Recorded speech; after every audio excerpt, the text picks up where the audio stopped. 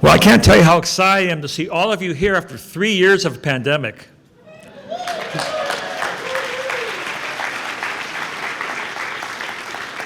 My name is Steve Onishi. I'm the president of the Rotary Club of Cupertino. And on behalf of the city of Cupertino, the Cupertino Chamber of Commerce, and the Rotary Club, I want to welcome you to tonight's State of the City Address.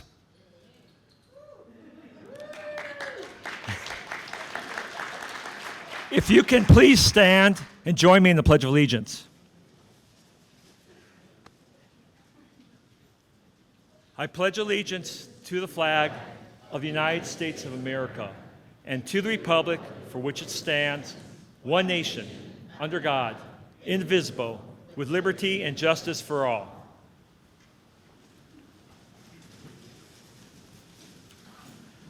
Many of you know that Rotary is a very large organization. In fact, we have 1.4 million Rotarians across the world.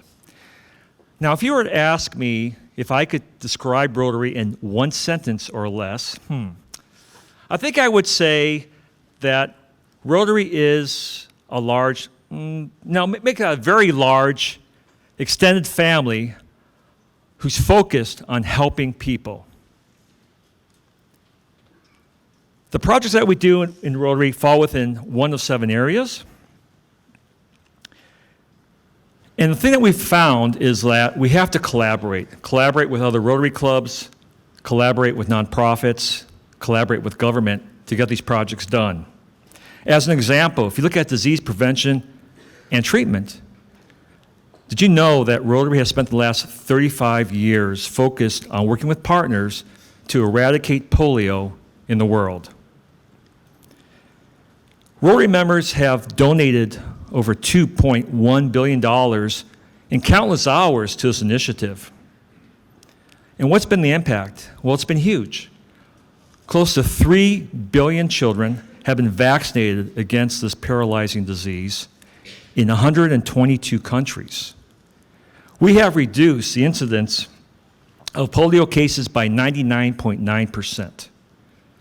Now, while that's great, there still is additional work that needs to be done. The Cupertino Rotary Club is a very large club with over 200 members, and because of our size, we're able to do a wide variety of different projects. In fact, annually, we put $180,000 back into the local community. And the one thing with all this work, as we look at trying to figure out how we can increase the impact of what we do, it becomes very clear that we need to collaborate. So let me give you an example. We recently completed an electrification project of a nonprofit center. We partnered with 4 Rotary clubs, with Hammond Climate Solutions, and installed 60 solar panels at this nonprofit. That project was valued at $85,000. There is no way that Cupertino Rotary could have done this on its own. Like other organizations, things just don't happen, right? You need leadership. You need leaders to provide strategy and direction. And I'd like to recognize the leaders within Rotary. I want to ask, if you are a member of the District 5170 leadership team, can you please stand up?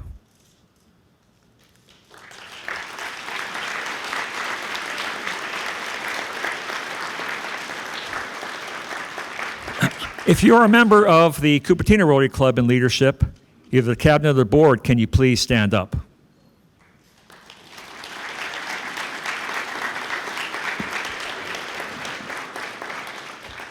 I want to thank you for the time, passion, and commitment that you've put into making our world a better place. Now, I would be remiss to miss this opportunity to make a pitch. Have you ever thought about contributing to your local community? Or perhaps doing something internationally for global impact? Or simply looking to expand your friends, your network of friends, working to develop long-term friendships? Well, if you have, hey, check us out.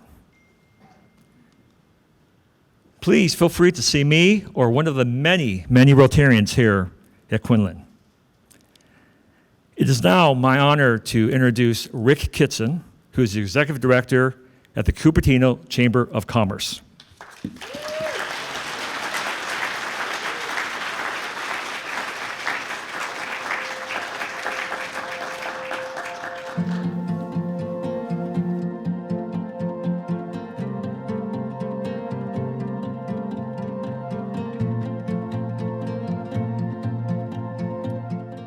Thank you, Steve.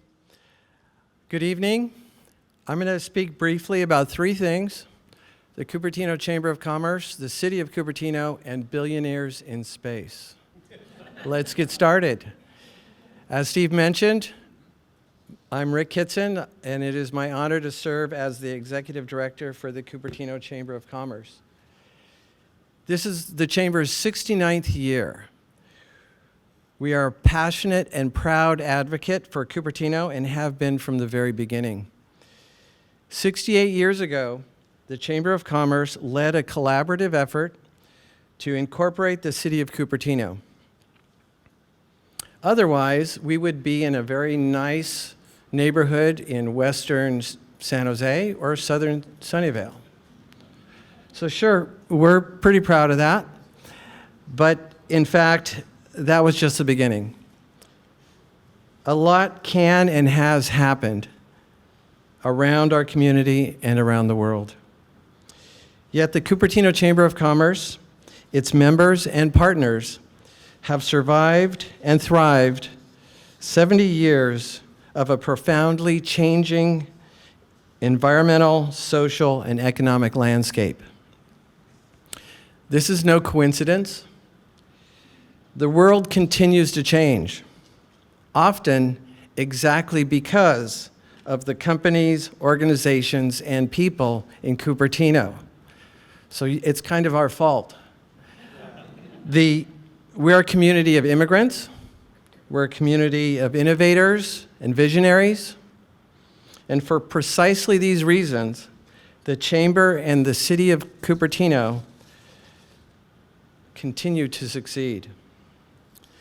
We are fortunate to have excellent businesses, both large and small, nonprofits, for-profits, restaurateurs, entrepreneurs, many others volunteering their time to continue the work of promoting a resilient, sustainable, and healthy Cupertino.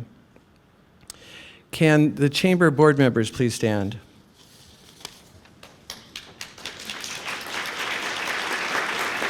I'm just going to read through the names. Sean Panchal, Claudio Bono, Danielle De La Torre, Marissa Spatafor, Rod Diridon, Mike Rohde, Talia Swanchang, who is serving the delicious food this evening, by the way.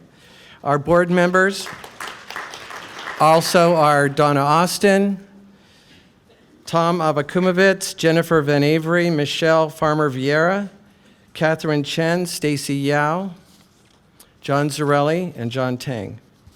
Thank you for your support. Thank you for the applause.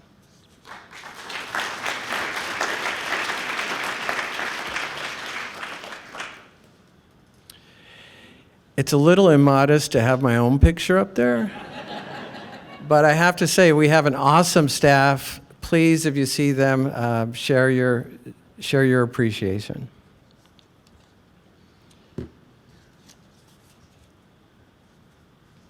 Chamber members and organizations have committed themselves and their livelihoods to the success of Cupertino. But there is more to business than products and services. It is about people and relationships, and this has always been true in Cupertino. Please show the video.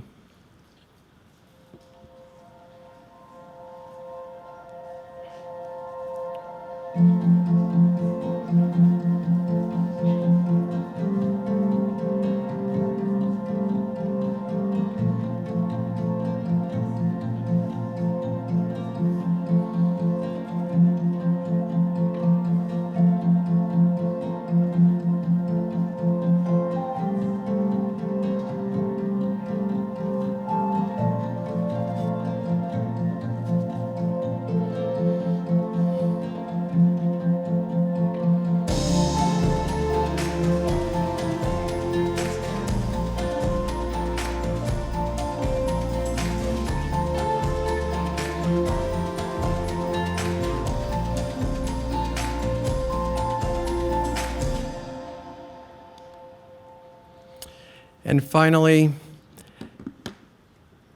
billionaires in space.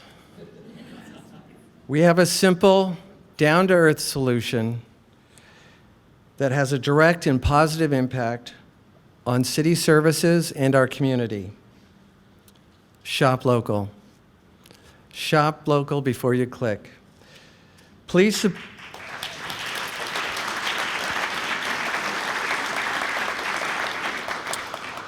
support local business. Invest in the businesses that are invested in the success of Cupertino. Together, we can continue to succeed for another 70 years. Thank you.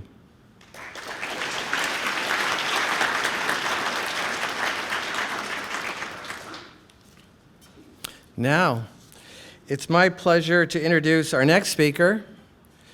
She is a Lynbrook High School graduate.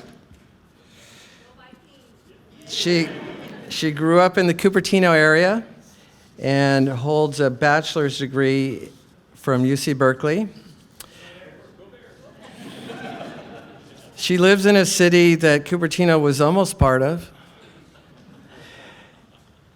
She is married with 2 grown children, both graduates from Fremont High School. Go Firebirds. Please join me in welcoming Cupertino City Manager Pamela Wu.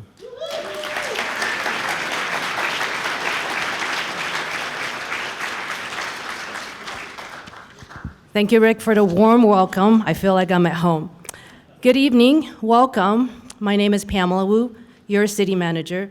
Before I get started, if I can have the elected officials, dignitaries, current, present, yes, you know who I'm talking about, council members, congressmen members, rise for a round of recognition.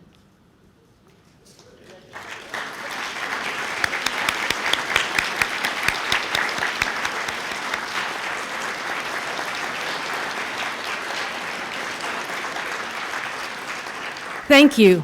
Thank you for spending a beautiful evening with us. You won't regret it. Before I introduce the main speaker for tonight, I was going to say take a guess, but it kind of gave it away.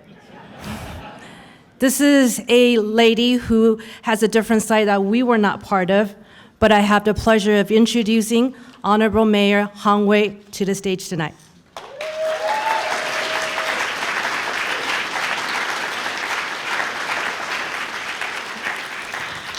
Thank you, City Manager Wu, for that nice introduction. You know, once upon a time, I was young. I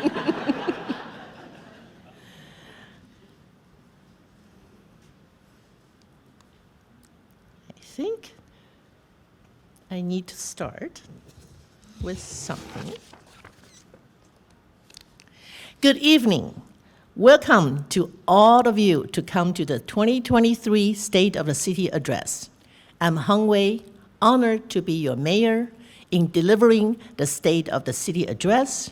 But first, I'd like to thank the partnerships with Cupertino Rotary, the Chamber of Commerce, and the City of Cupertino for their many, many hours of preparation, implementation, and the work to make this a welcoming State of the City Address.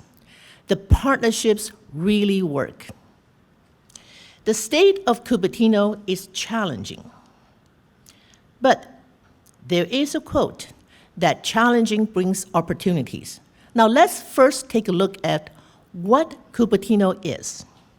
We are 13 square miles and population a little over 60,000, average age 41, population over 65, 12.5%.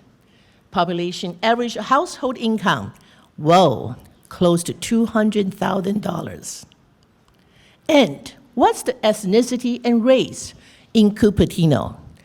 About 69% Asian, almost 27% Caucasian, non-Hispanic, and approximately 7% other ethnicities and races. Now, can you guess what are the 10 highest tax producers in Cupertino?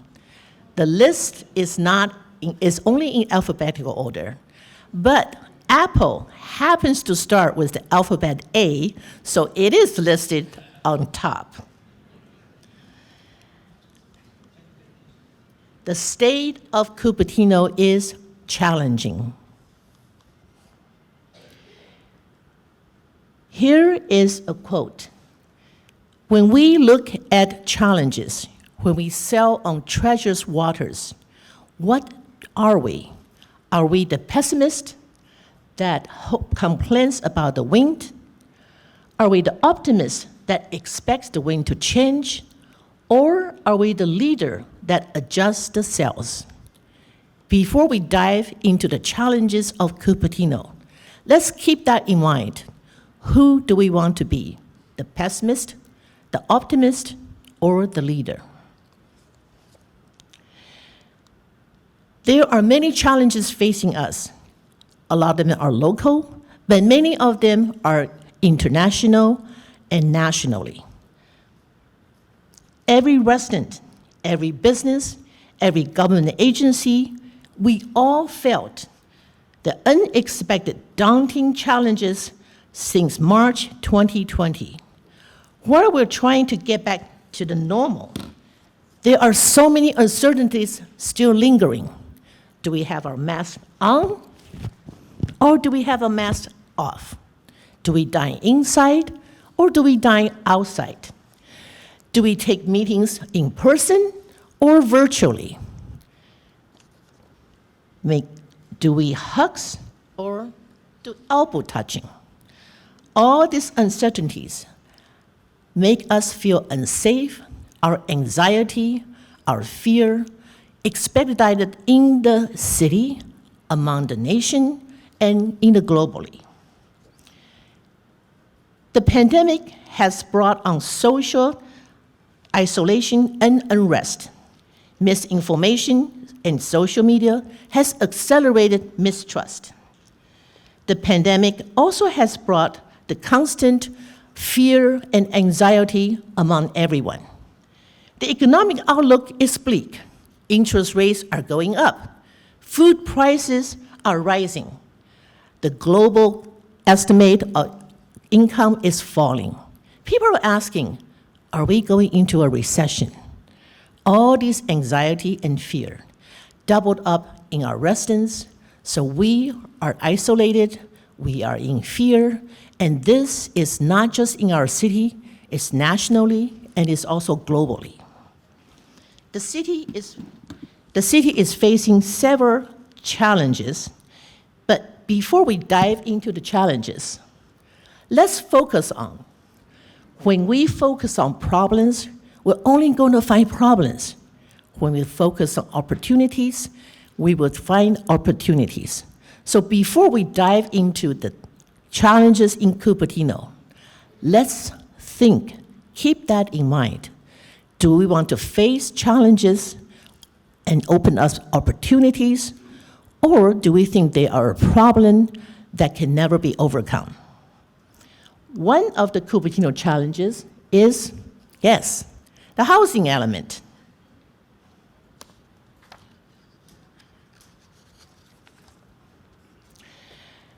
The housing element is not unique to Cupertino, but the revising of the housing element is daunting, a task that Cupertino continues to tackle. The city is late in turning its housing draft element. We barely turned in February 7th of January. We are late in delivering our housing element. The housing element generation population is, the housing element is missing in Cupertino. This is one of our biggest challenges. The second challenge is our grand jury report. A house divided, Cupertino City Council and city staff.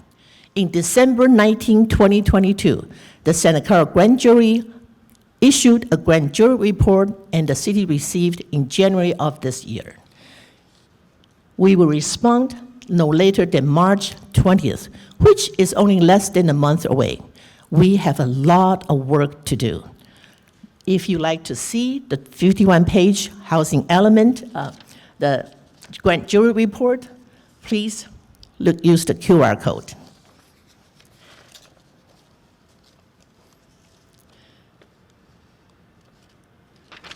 Another challenge the city facing is our aging facilities and our parks.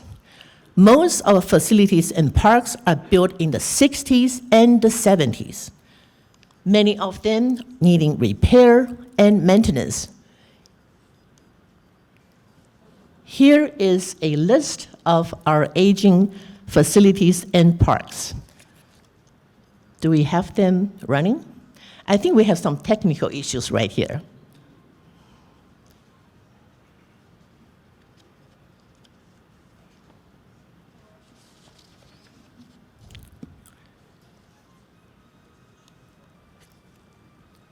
Okay, so should I just continue without it? Okay. The state of the Cupertino is progressing.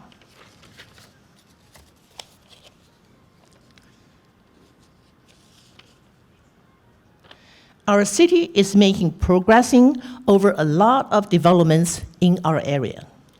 So what is the most important area that everybody is asking? Before we go into the city's progressing, the key to success is focus on goals, not on obstacles. So let's think before we dive into the progressing projects in Cupertino. Remember, this is a progress. When we make progresses, we have to remember to be flexible. Our goal is to be success, to overcome the obstacles. The housing element again. I'm going to pause here and then use my own telegraph.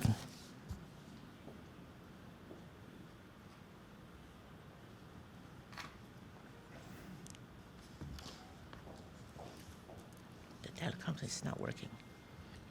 Yeah.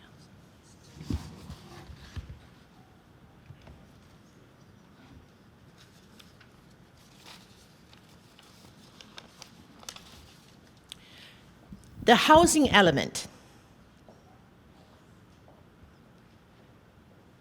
Though not unique to Cupertino, revising the housing element process is a significant challenge to the city. Let me find where we are.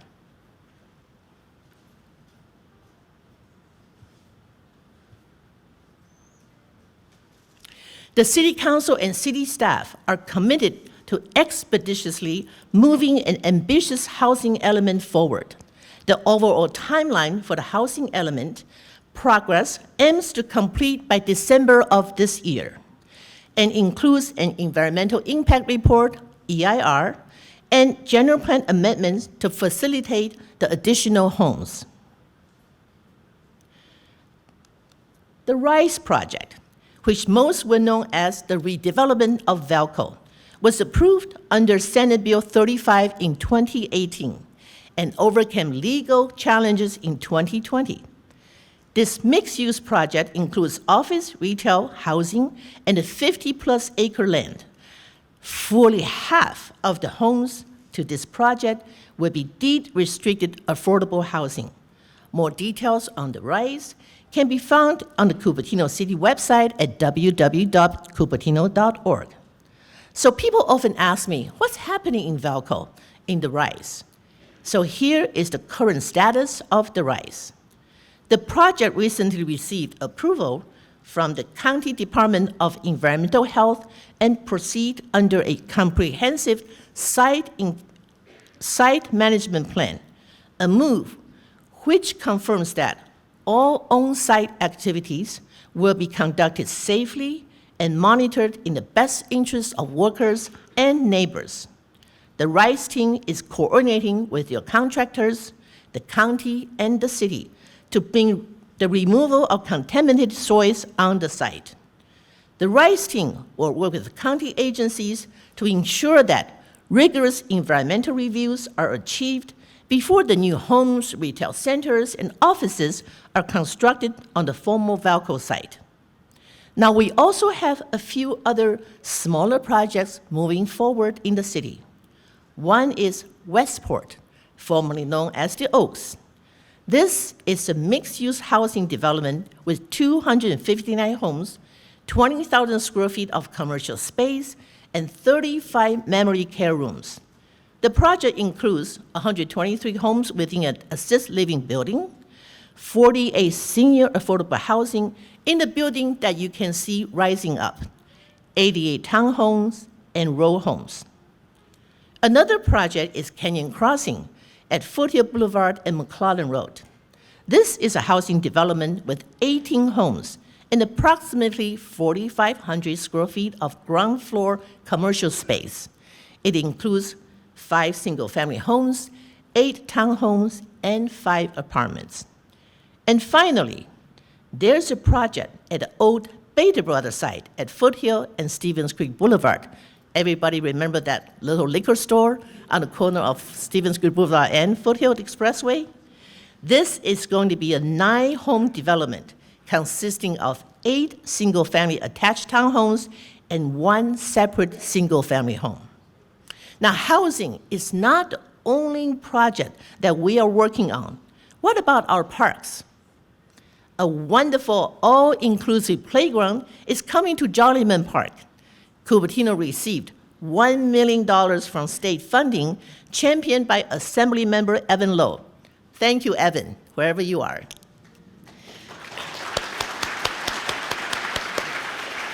The long-awaited Memorial Park renovation is finally in the making. This is currently in a conceptual design phase. The next phase includes a schematic design and environmental assessment. The city is still accepting public input. Visit engagecupertino.org to get your input in there. Now, finally, another development that we need to see make progress is the Cupertino City Hall project. So far, there are 5 studies on the City Hall seismic issues, including a structure analysis. It is time that we resolve this fundamental safety issue. Last November, the City Council directed staff to start design work to renovate the existing City Hall for $27 million. Since then, the City Council has received multiple comments to revisit the current proposal. Shall we look at other options? Should we go back and take another look at the feasibility of a new City Hall rather than the renovation of the existing 1965 building? This is a question that we all need to reconsider. Now let's look at what our neighboring city and our partner public agencies have done to move their infrastructure forward. The city of Sunnyvale, anybody from Sunnyvale here? Except City Manager Wu? All right. Sunnyvale council member right there. The city of Sunnyvale is poised to cut ribbon at the new Civic Center and City Hall, a 4-story, 120,000 square foot, environmentally conscious, modern, inviting building that is expected to produce enough clean energy to power itself. Let's give that a round of applause. Cupertino Union School District is also moving forward. They're having a board meeting now, so they said they couldn't come today. But Superintendent Stacy did drop by a little bit. The Board of Education approved a 10-year lease of the entire Regna school site to Tessellations, a private school already located in Cupertino. The revenues from the lease will provide ongoing financial resources to the district. The board has also made a decision to use the Mayor Hall site to relocate the district office to save on current lease expenditures. In addition, the Mayor Hall school site also have extra classroom spaces to rent and to create ongoing revenues for the district. Now, this is dear to my heart. How did Fremont Union High School District remodeled all 5 high schools, its adult school, and the district office. Over the last 2 decades, the community has been incredibly generous in approving several school improvement bonds totaling $1,187 million. Measure G, Measure CC, Measure K, Measure B, Measure H, all the way from 1998 to 2022. I was proud to be on the board of Fremont Union High School District when Measure B, Measure K, and Measure CC passed. I remember working so hard with the community to support our teenagers. Let's give Fremont Union High School District a round of applause. Now, finally, whoever is from Foothill De Anza College District should be very proud. On March 3rd, 2020, voters in Foothill De Anza Community College District approved a $898 million bond measure, Measure G, to upgrade and repair aging classrooms and facilities, preparing students and veterans for university transfer and careers in fields such as healthcare, nursing, technology, engineering, and sciences. But most astonishingly, the Measure G includes an historic commitment of $200 million to affordable housing for students, faculty, and staff. Measure G is the largest school district bond in the history of Santa Clara County. Let's give our Foothill De Anza colleges a big round of applause. Now the big question for Cupertino is, can we rise to the challenge to fund our infrastructure needs? Now we talk about the state of Cupertino is challenging, and we know it's progressing, but the state of Cupertino is also promising. We have dedicated leadership and staff. The city has won multiple awards across different departments: finance, sustainability, IT, public works. The list goes on, as you can see. The state of Cupertino is challenging, progressing, promising, but is ever evolving. It stands fluid, will change as time goes on, as we continue working, learning, and growing together. Now back to the civil grand jury. We are not going to be a house divided. We will be a house united.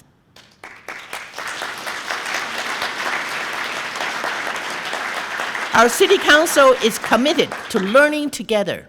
For example, council has already engaged in a leadership retreat and has another retreat scheduled for Wednesday, March 1st. Council also adopted a new City Council Procedures Manual on February 7th to promote communication, understanding, fairness, and trust. Furthermore, with the support of my colleagues in council, we can continue to press for meaningful process reform. Now, most importantly, we are very proud to say we have dedicated staff. Let's enjoy a video showing an overview of city departments.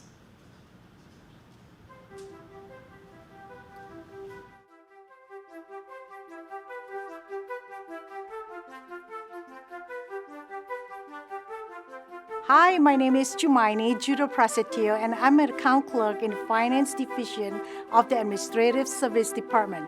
Our team is responsible for the city finance and human resources function. In finance, we are responsible for all financial reporting, in addition to payroll, accounts payable and receivable, and business licenses. In the past year, we adopted budget for the new fiscal year, had a clean financial audit for the fiscal year 2021, implemented new business license software, won an innovation award, and more. In human resources, our staff is responsible for all aspects of the city HR function, including but not limited to recruitment, benefits, and workers' compensation.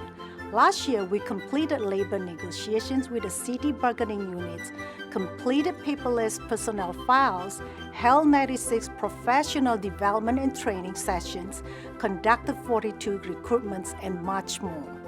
Hi, my name is Araceli Alejandre, Legal Services Manager with the City Attorney's Office.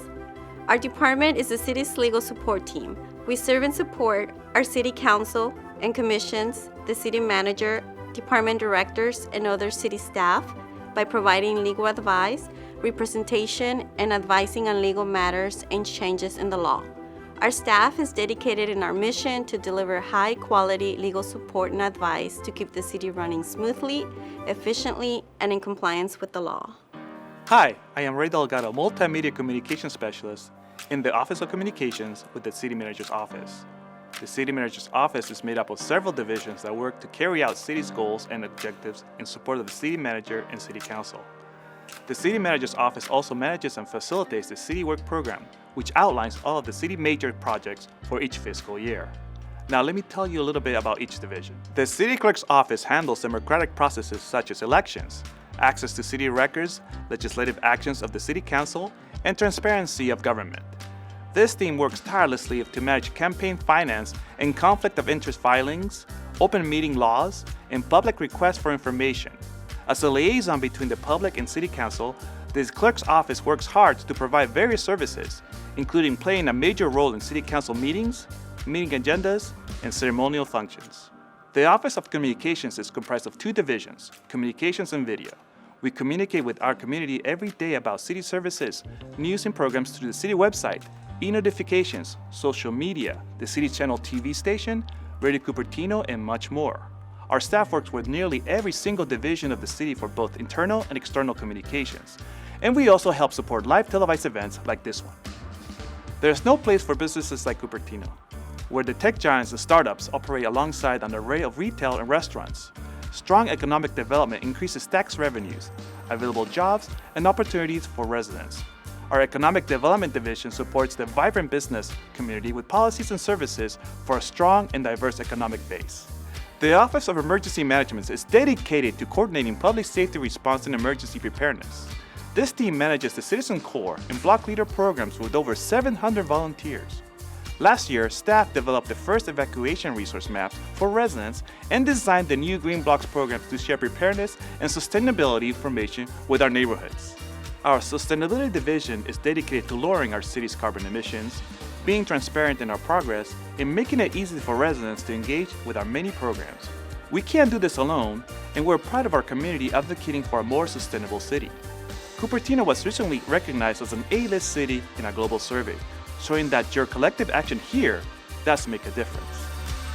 Hi, I'm Syra Kubrian, Administrative Assistant in the Community Development Department, or CDD.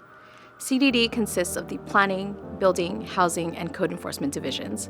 Our role within the city is crucial in the use, development, and maintenance of property, and we have a focus on quality of life issues, health and safety, and great customer service. Our team is dedicated to a wide range of topics, all of which involve the welfare of individual residents and our community as a whole. We develop long-term policies, uphold city codes, administer affordable housing programs, and work with residents on building and planning permits. In addition, our staff also handles zoning and development throughout the city. We work with other city staff on business licenses and permits and partner with external agencies. Just in the past year, our planning and building divisions processed more than 2,200 permits. Our team works tirelessly to serve our community through all of these things, working directly with our residents and businesses to better our city. Hello, my name is Quinton Adams, a business systems analyst with the city's Innovation and Technology Department. INT provides almost 100 software applications that assist staff, residents, guests, and business partners. Whether you're signing up for a class at Quinlan, applying for a building permit, or reporting a pothole, our staff in IT helps build, support, and maintain those applications. We also work hard on our extensive computer network, which includes free Wi-Fi at all city facilities and some city parks. In addition, we maintain an extensive audiovisual network that allows our residents to access city TV, Zoom, and radio events from their homes. On top of that, our team is dedicated to giving our community access to a ton of information on our city website by supporting web pages for city council, project updates, upcoming public meetings, and much, much more. Check out one of our applications we've worked diligently on, Cupertino's Service Finder. There you can see all the city-related specifics on your neighborhood and other pertinent information about the city. Hi, I'm Robert Kaufman, a recreation coordinator from the Parks and Recreation Department, which consists of 29 full-time staff, 50-plus volunteers, and more than 100 part-time staff during our busy season. The Parks and Recreation Department organizes and hosts more than 70 community events annually, including community favorites such as the Big Bunny 5K, tree lighting, summer events, and the 4th of July celebrations. We also organize more than 2,600 programs each year, from toddler classes such as Create Together to beginner line dancing for adults 50 years old and better. Preschool, youth, teens, adults, seniors, we offer it all. Additionally, our department manages community facilities such as the Quinlan Community Center, Sports Center, Senior Center, the McClellan Ranch Preserve to Blackberry Farm Golf Course, just to name a few. I wish I had more time to tell you about everything the Parks and Recreation Department does, but we'd be here for a while. For more information on programs and offerings, our staff would love to talk with you anytime. Hi, I'm Jennifer Chu, a senior civil engineer in the Public Works Department. Public Works has 5 divisions, which include operations and maintenance, capital improvement program, transportation, environmental programs, and development services. Overall, our department is responsible for the design, construction, and maintenance of city-owned facilities. In addition to public streets, parks, sidewalks, curbs and gutters, street trees, traffic signals, and much more. Our operations and maintenance crew are the city employees you see every day, working on our streets and in our parks, keeping Cupertino beautiful and safe. Their efforts as of late have been focused on the recent storms. We're proud that Cupertino came through in great shape, with minimal impacts from the storms, largely because of our staff's advanced preparation in proactively cleaning storm drains and routinely maintaining trees. Whether we are in the field or at City Hall, our department focuses on public engagement and service to our residents and businesses. Public Works is the city's Get It Done department, and we are here for you. Whoa, doesn't that just make you dizzy? When you see how much our staff does, we now see how diligent and talented our staff are. Their work is key to our quality of life. I ask that we give another round of applause and upstanding and give another round of applause to our city staff.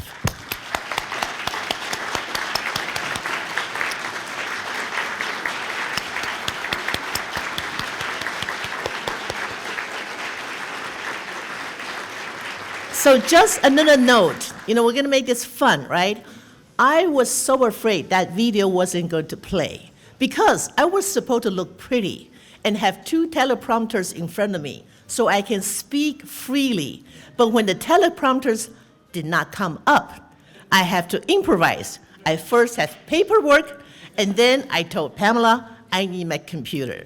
So everything is flexible, fluid. Let's adapt and be the best for Cupertino.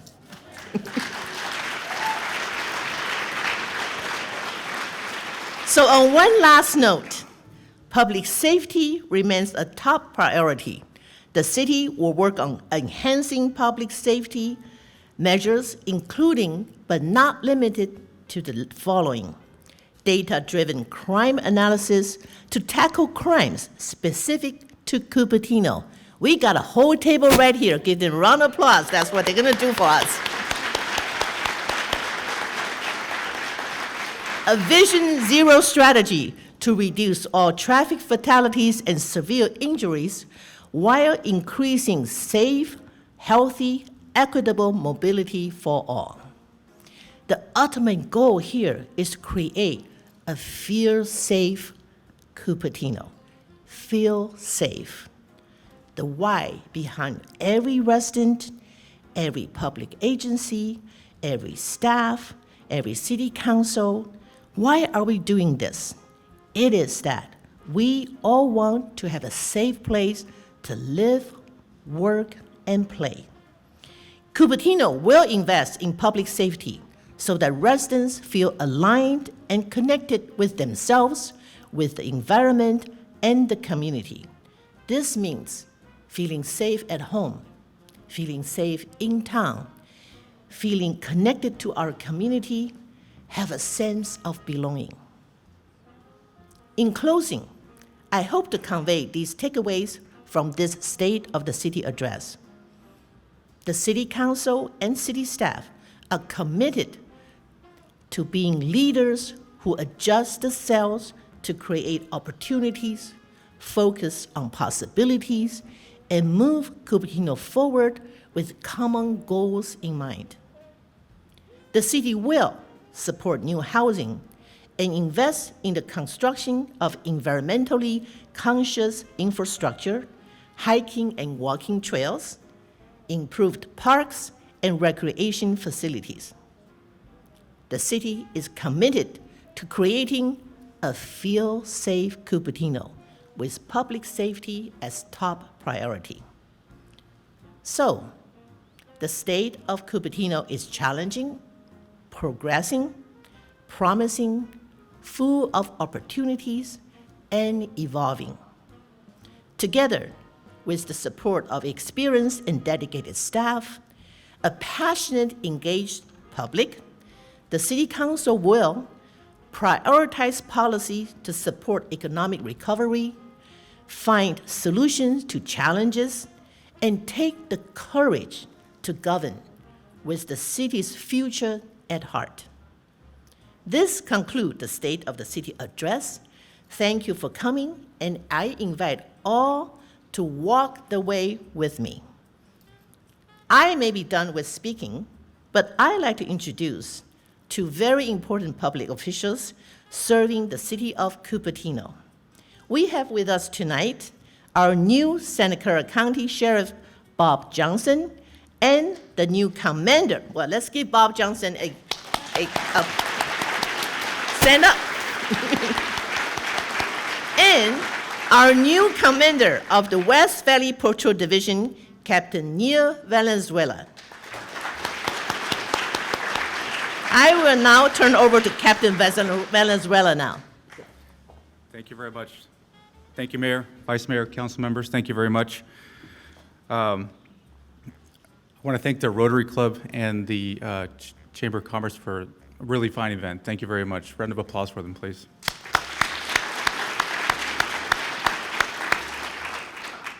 It's our pleasure to serve as a public safety for the city of Cupertino. I'd like to acknowledge some of our VIPs here from the Sheriff's Office. I have Assistant Sheriff Mike Doty, your previous captain, Captain Rich Urena, and Lieutenant Brett Moore and Lieutenant Jason Brown with the Sheriff's Office. We appreciate it's our honor to be your public safety for the city of Cupertino, and I'd like to invite Sheriff Bob Johnson up here.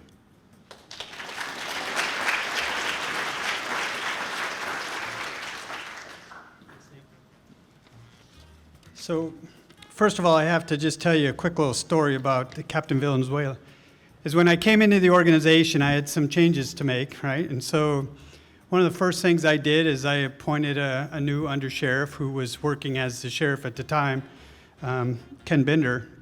And then with that appointment, other appointments had to be made. And I remember calling and saying, hey, call Neil Valenzuela into the office tomorrow morning. Well, Assistant Sheriff Mike Doty called him and said, hey, the sheriff wants to see you in the morning. And Neil had no idea why. He thought, what did I do? What's wrong? And I also told him to bring his Lieutenant Jason Brown. And so they spoke that night wondering, uh-oh, we're in trouble. What happened? Well, I really had the privilege of realizing the value they had to this community and the work that they have provided to this community under the leadership of Captain Urena. And this is one of the things I learned in the campaign from this community, is how much you appreciated public safety and the services that our sheriff's office provides. So they were the first two appointments I made to the level of captain and lieutenant, and they're both well-earned promotions, so I'm really honored to have them here. And I had to finish by telling them when they left, don't worry when the sheriff calls you, it's not always a bad thing. So anyway, you know, it really is. I'd like to thank the mayor, Vice Mayor, members of the council, and really all of you, the community members of Cupertino, for allowing us to be your public safety law enforcement provider.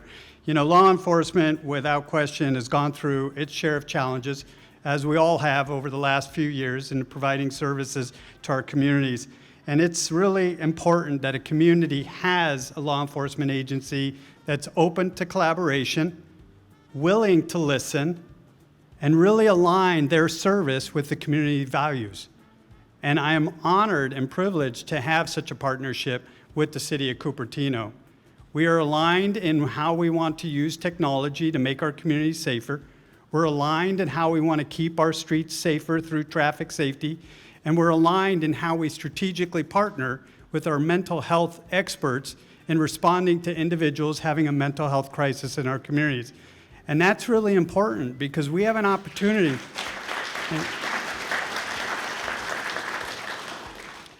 You know, we have an opportunity, and this is what excites me about law enforcement and this particular relationship with the City of Cupertino and others, is that we have an opportunity to really move the needle in how we want to provide law enforcement services for our communities.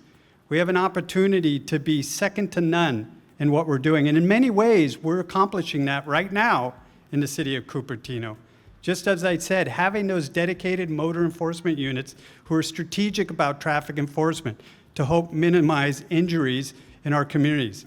We're doing that right now with building those relationships in our schools with our SROs, our school resource officers. We're doing that right now, like I said, partnering with mental health experts and providing that psychiatric emergency response team. That's very rare to find in law enforcement, to have all of that in place in this particular moment in time with all the reductions that agencies have faced. And we're aligned, like I said, in looking at the best uses of technology. This is the Silicon Valley. And I said it in my oath of office last week. If we as a people can't move the needle to what we want our law enforcement agencies to provide service for, in this valley, this region, the most innovative and well-funded regions of the world, then we collectively will have failed. And I don't like failing. So again, I am honored to be your sheriff. I'm really excited about working with you as a community. I'm really excited about the advisory group that we're going to have in place so we can have constant communication with our residents and business owners so we can align our law enforcement services to your needs, your values. And I'm excited about what the future will bring us and what law enforcement will be in the years to come. I believe it's going to be different than what we envision today in 4 or 5 years from now. We're going to keep moving forward so that we can be the best that we can be. So thank you for having me tonight. Thank you, and I'd like to give again the captain and lieutenant a tremendous round of applause because in closing, what I told Neil when he took over is because of the success Captain Urena had, I said, hey, rule number 1, don't screw it up. So with that, thank you.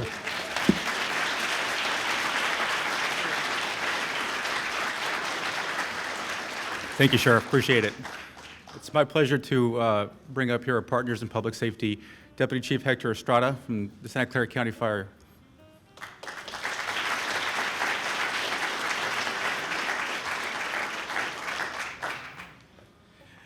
Good evening.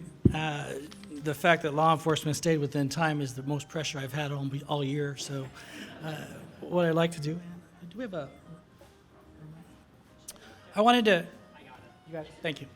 So I wanted to first acknowledge the presence of a couple of executive staff that we have here, part of our leadership team. The first person that I'd like to acknowledge is our fire chief. She provides the leadership and the inspiration and vision for us as we continue to serve you here in Cupertino. That is Fire Chief Swana Gurkow.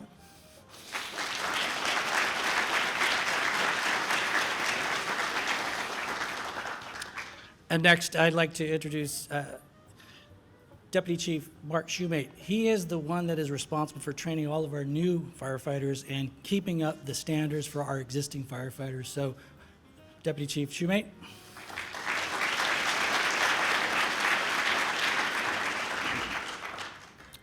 And we have a video, so I'm going to start with that. From its humble beginnings as one of the first counties in California to its modern achievement as the center of technological innovation, Santa Clara County has always required fire services that are innovative, progressive, and dedicated to the lives, property, and environment that make the county unique. Following the withdrawal of state fire services from the valley floor, Santa Clara County Fire Department began with the merger of two small fire districts in 1947.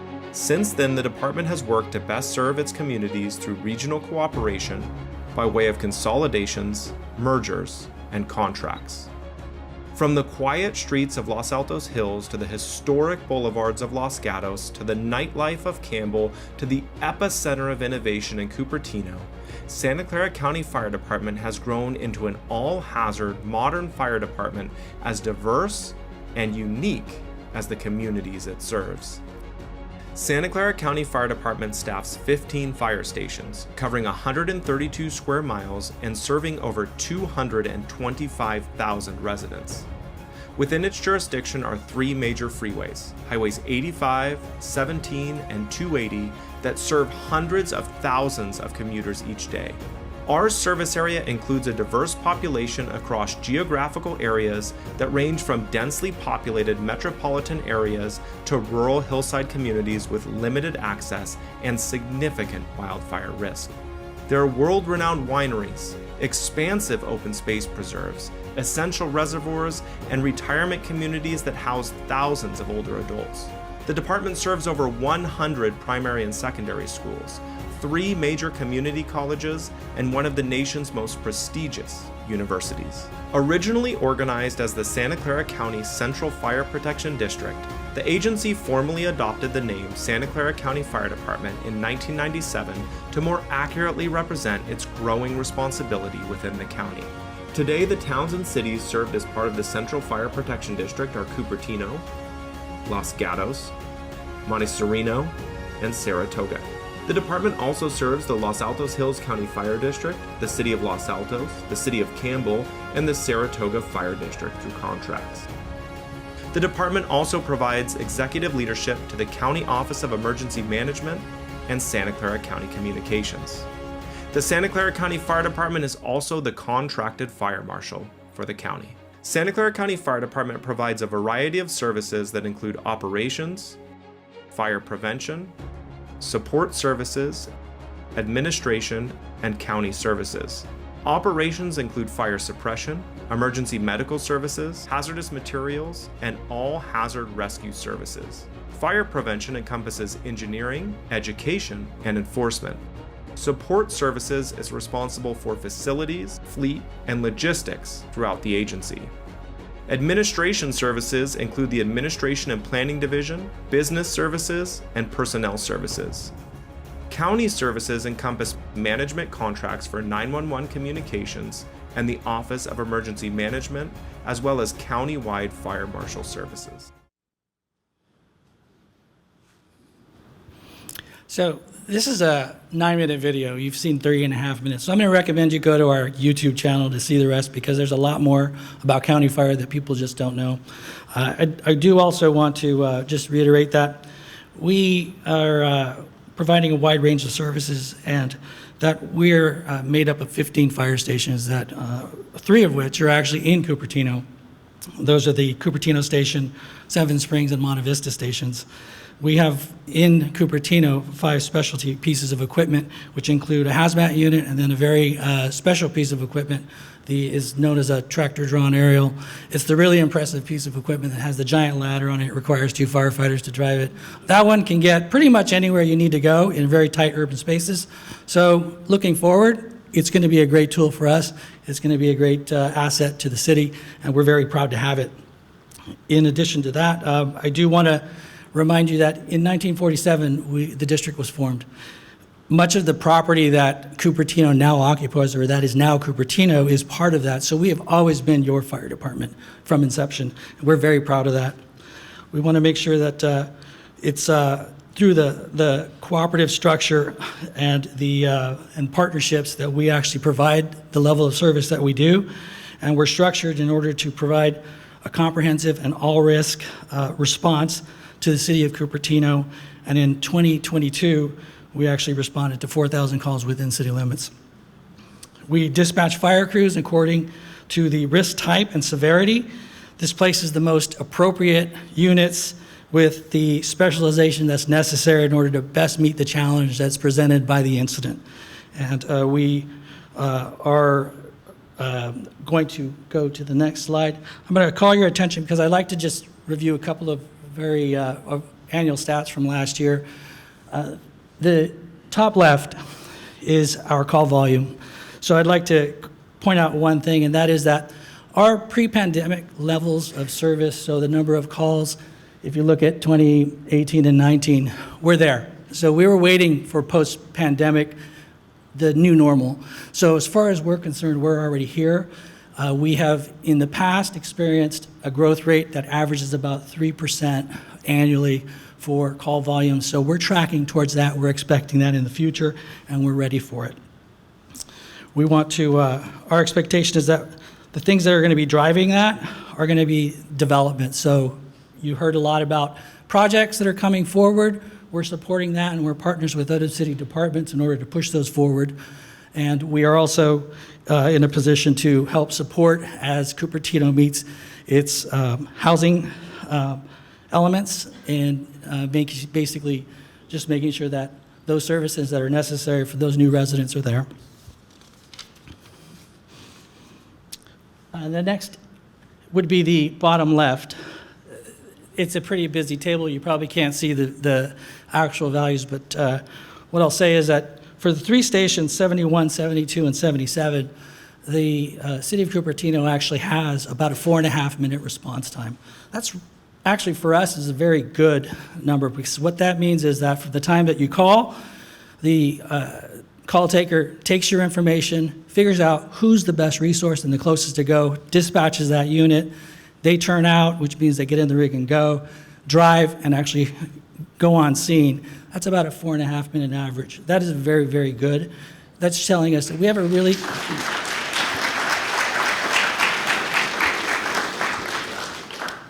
And that's telling us that where we're located, what we have is working. In addition to that, in order to really face the challenges of increased growth or increased call volume, we have a couple of things in the queue. Our comm center, which is basically using a computer-aided dispatch system, is being upgraded this year. That'll allow us to get through the dispatch process faster.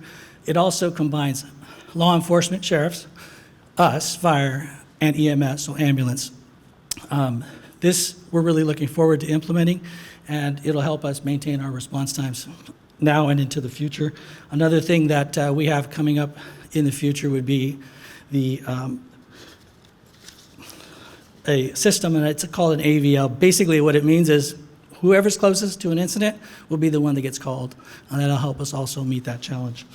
I think that I'm at about time, so I'm going to go ahead and cut it short, except for saying we are also moving our headquarters offices, and that's anticipated for the fall, late fall.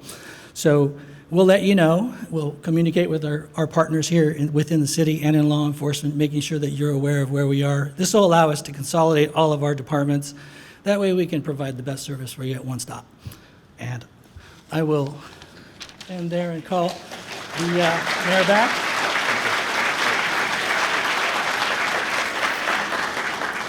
Thank you, Deputy Chief Estrada. I'd like to invite back to the podium our Mayor Wei. Well, the State of the City address is almost over, but look at, we have our Sheriff's Department, our Fire Department, so it is very appropriate for us to end our State of the City address to really concentrate on building a feel-safe Cupertino. And our Fire and Sheriff Department is part of it. Thank you for coming. So Cupertino does not stand alone. We are in partner with our staff, our public, the City Council, our neighboring cities, our nonprofit organizations, the Chamber of Commerce, and numerous organizations around us in Santa Clara County. We are a city part of the greater Silicon Valley. Partnerships matter. We make things done, we move forward with partnerships around our city. I always want to say we're south of Sunnyvale, west of San Jose, north of Saratoga, and to the west, we have beautiful open space. That is unique in Cupertino. We are part of Cupertino. Let's feel safe and call Cupertino home.